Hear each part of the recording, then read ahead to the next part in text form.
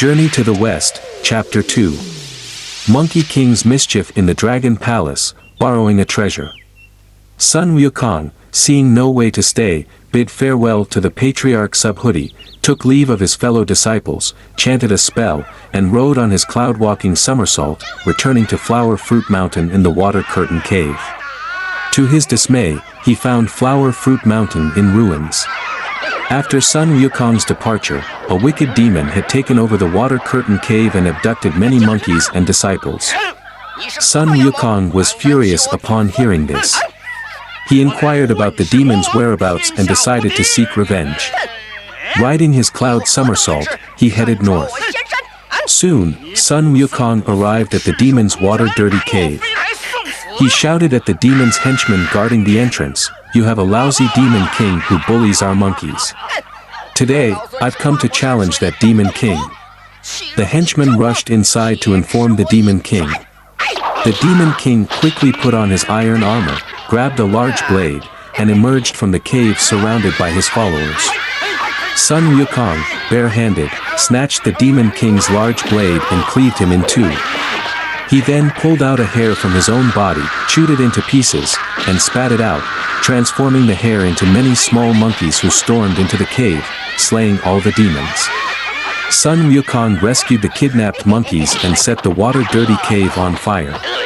After reclaiming the hair, Sun Wukong instructed the monkeys to close their eyes and perform magic. A strong wind carried them back to Flower Fruit Mountain. From then on, he taught the monkeys to make bamboo spears and wooden swords, imparting his martial arts skills to them.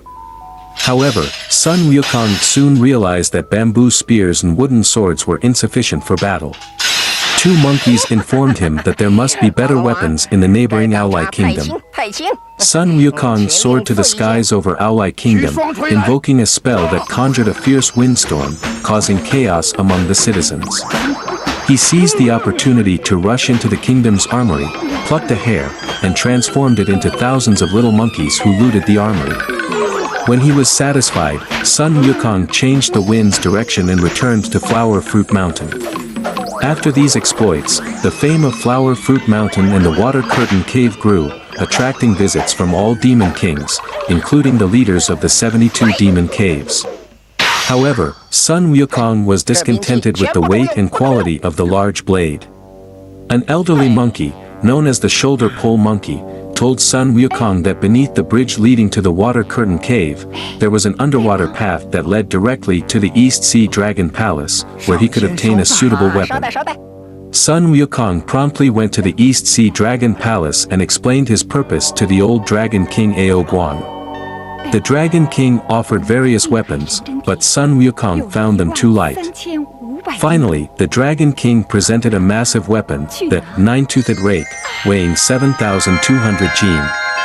Sun Wukong was still unsatisfied, but the Dragon King claimed it was the heaviest weapon available. Sun Wukong's disputes with the Dragon King escalated, leading to the intervention of the Dragon Queen. She suggested a heavy, shining treasure used to measure sea depths by the Great Yu during his flood control efforts. She advised giving it to Sun Wukong, regardless of whether he could wield it. Upon reaching the seabed, Sun Wukong followed the Dragon King's directions to the shining treasure. He discovered it was a massive iron pillar, as thick as a measure pole and over 20 feet long. Sun Wukong attempted to move it with his hand, asking for it to be shorter and thinner. Before he could finish speaking, the treasure shortened and slimmed down as he desired.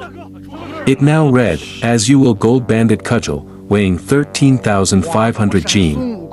Sun Wukong played with the cudgel and found it perfectly to his liking. Returning to the Crystal Palace, Sun Wukong requested the Dragon King to provide a set of fitting attire.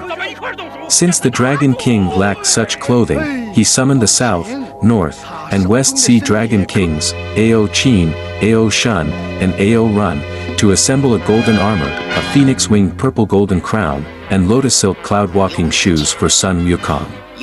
Upon his return to Flower Fruit Mountain, Sun Wukong discovered that the gold-banded cudgel could transform into a tiny needle, which he concealed in his ear.